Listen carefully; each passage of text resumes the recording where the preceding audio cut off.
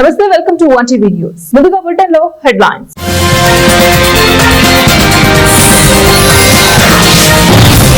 Trump పై నిరసన గలం. Washington లో ఫెడరల్ దళాలకు నిరసనగా భారీ ర్యాలీ.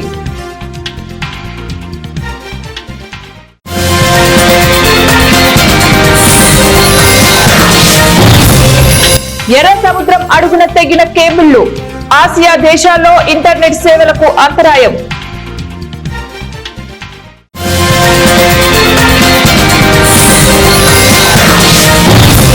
ఓట్ల దొంగలకు ఈసీఏ కవచం.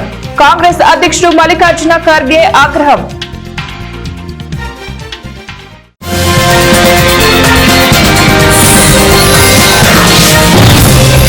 బీసీసీఐ సంపద 20,000 కోట్లు.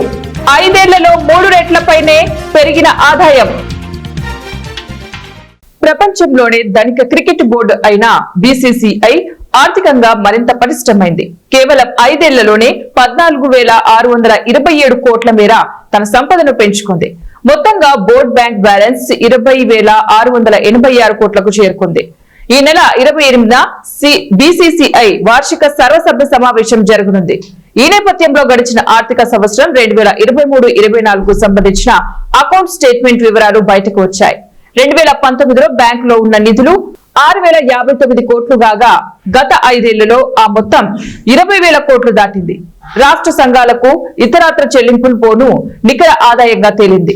2022-23లో బ్యాంక్ బ్యాలెన్స్ 16,493 కోట్లు ఉండగా ఆ తర్వాతి ఏడాదికి 4,193 కోట్లు అంటే సుమారు 25% పెరిగి 20,686 కోట్లకు చేరుకున్నది.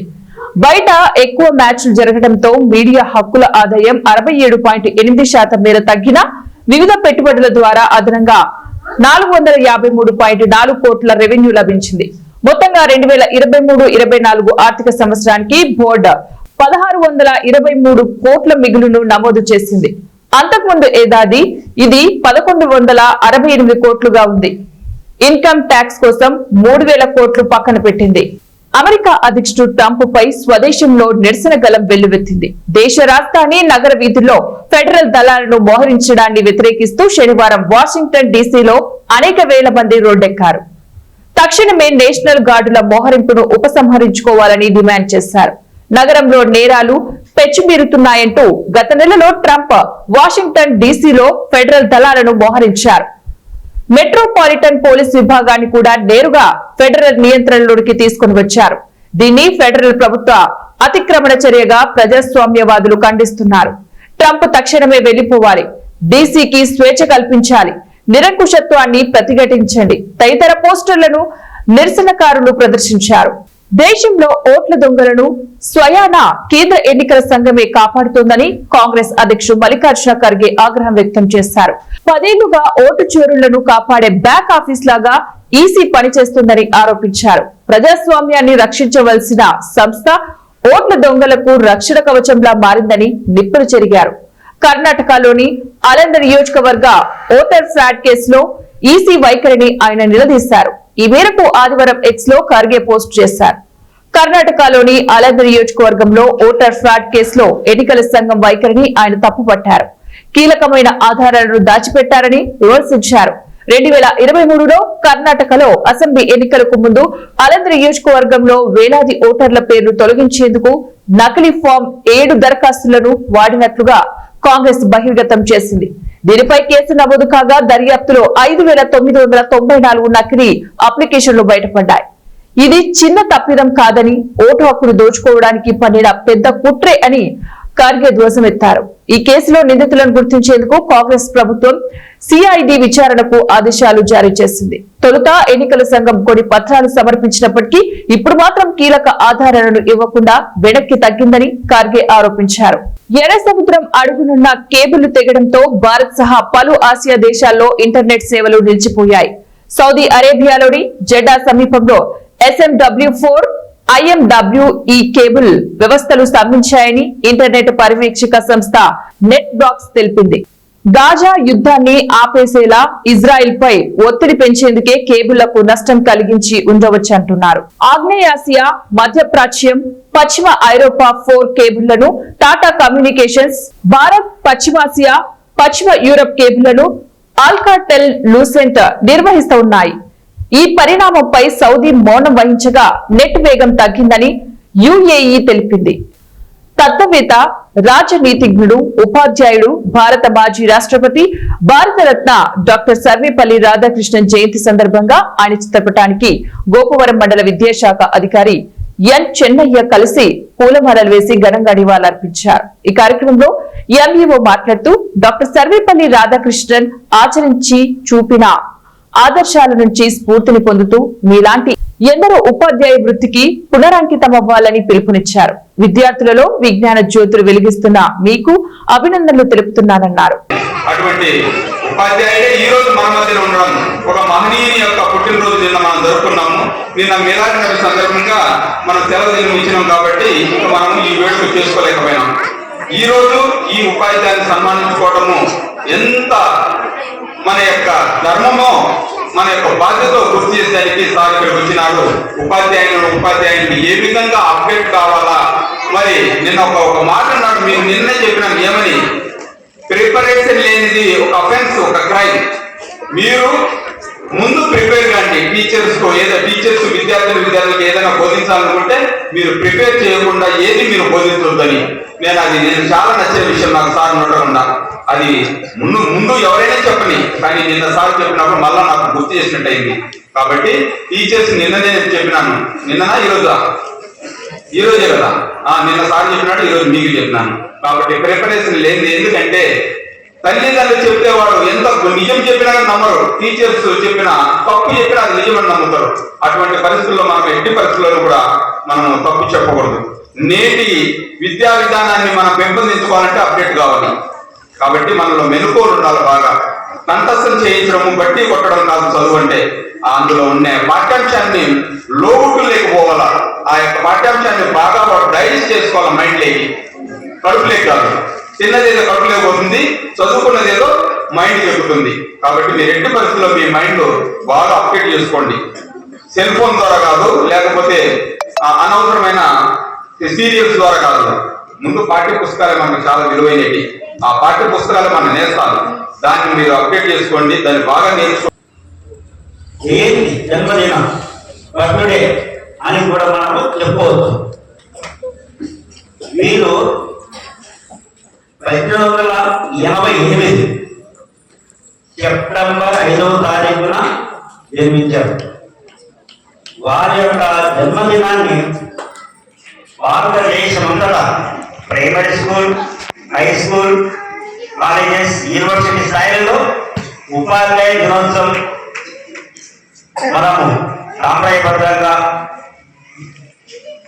జరుపుకుంటున్నాం. ఎందుకు జరుపుకుంటున్నాం అంటే,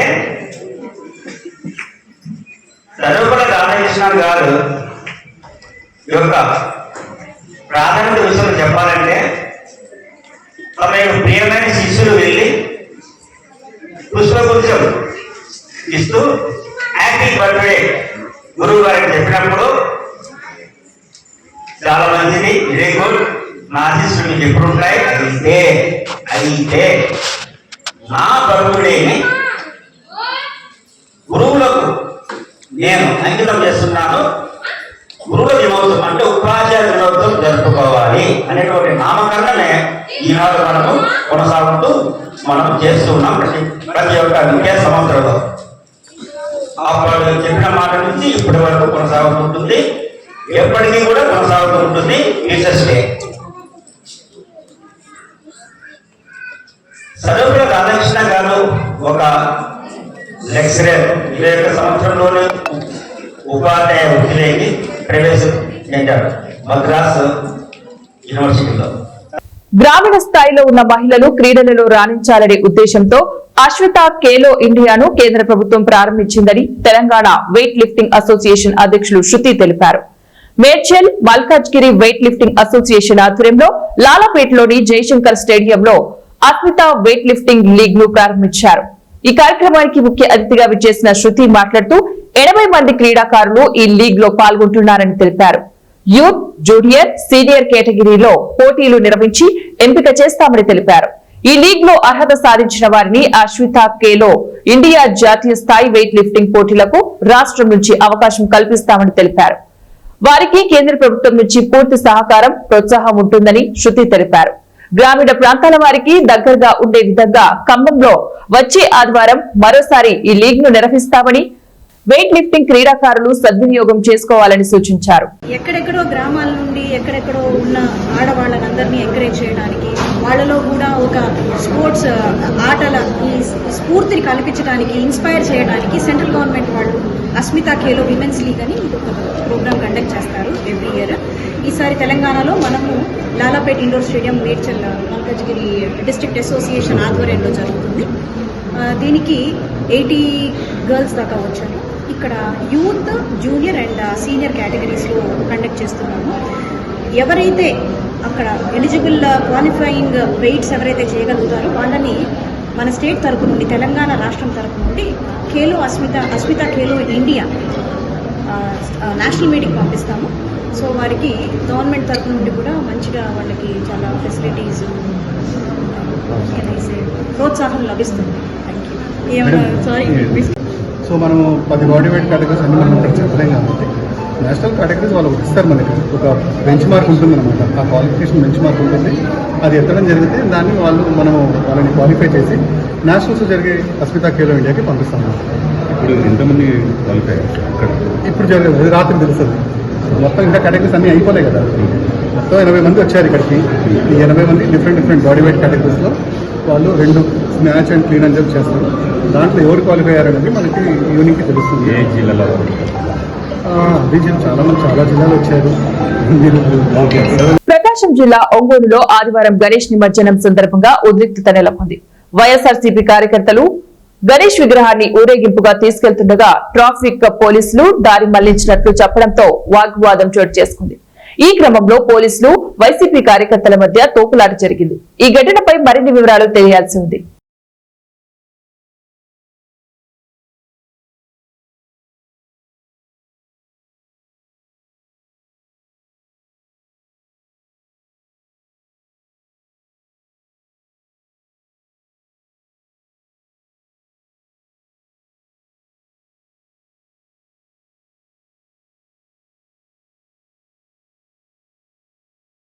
అనంతపురం జిల్లా కుందుర్పి మండల కరిగానిపల్లి గ్రామంలో శ్రీ శశిమాకులమ్మ దేవాలయంలో గుర్తు తెలియని దుండగులు చోరీకి పాల్పడ్డారు.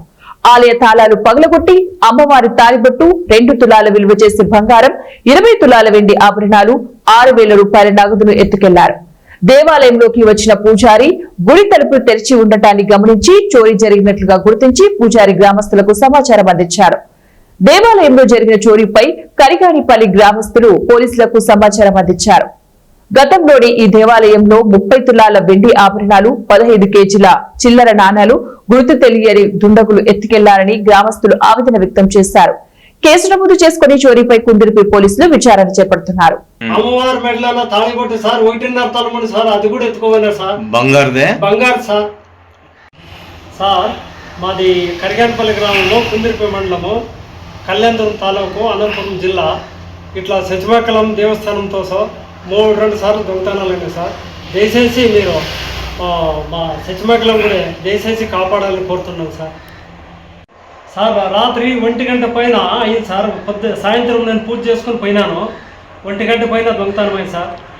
దయచేసి. అనంతపురం జిల్లా షెట్టూరు మండల ముద్దలాపురంలో విషాదం చోటు చేసుకుంది. వృద్ధాప్యంలో భర్తను వదిలేసి 25 ఏళ్లుగా భార్య కాపురానికి రాకపోవడంతో తీవ్ర మనస్తాపానికి గురైన ఈశ్వరప్ప ఈ రోజు తన వ్యవసాయ పొలంలో చింత చెట్టుకు ఊరి వేసుకుని ఆత్మహత్య చేసుకున్నారు.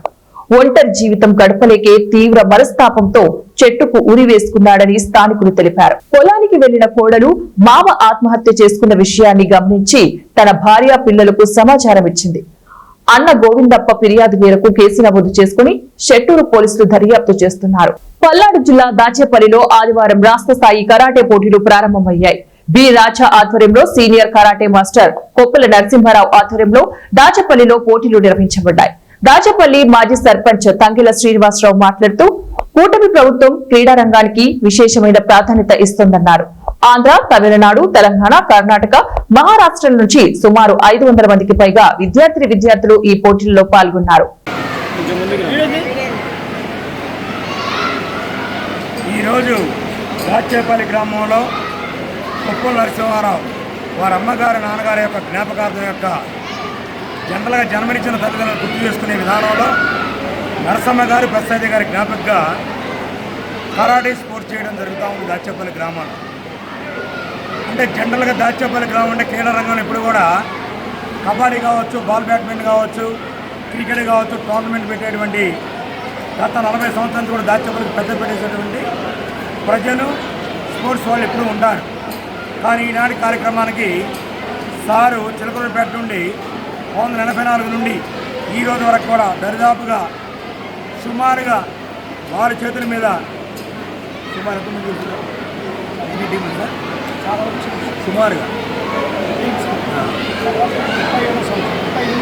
38వ సంవత్సరంగా ప్రతి సంవత్సరం టీంలో భాగంగా ఈనాటి దాచేపల్లి గ్రామంలో 500 మంది పైన పిల్లలు పార్టిసిపేట్ జరిగింది. అంటే ఆడపిల్లలకు ఆత్మరక్షణ కోసం, మగపిల్లలకు అంటే సమర్థవంతంగా, అర్థవంతంగా, నీతివంతంగా జీవనశైలి ఎలా ఉండాలి, స్పోర్ట్స్ స్పిరిట్స్ ఎలా ఉండాలి, అది పొలిటికల్ కావచ్చు, మన ఆరోగ్య విధానాలు కావచ్చు, అన్ని రంగాల్లో కూడా ముందుకు భాగం.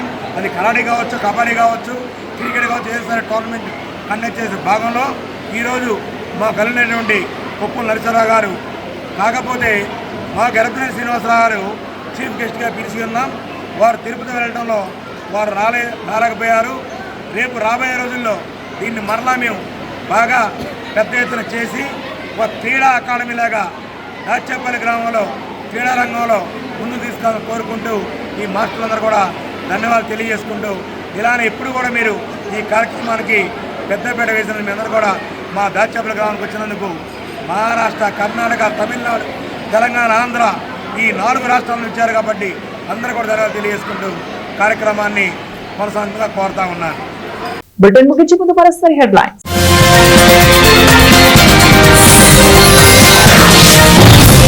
ట్రంప్పై నిరసన గలం. వాషింగ్టన్ లో ఫెడరల్ దళాలకు నిరసనగా భారీ ర్యాలీ.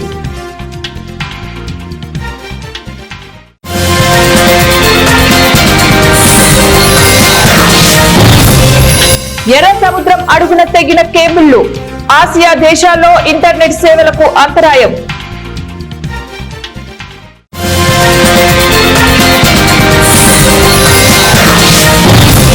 ఓట్ల దొంగలకు ఈసీఏ కవచం. కాంగ్రెస్ అధ్యక్షుడు మల్లికార్జున ఖర్గే ఆగ్రహం.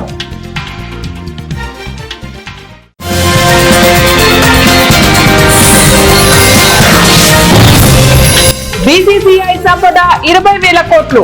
5 ఏళ్లలో 3 రెట్లపైనే పెరిగిన ఆదాయం.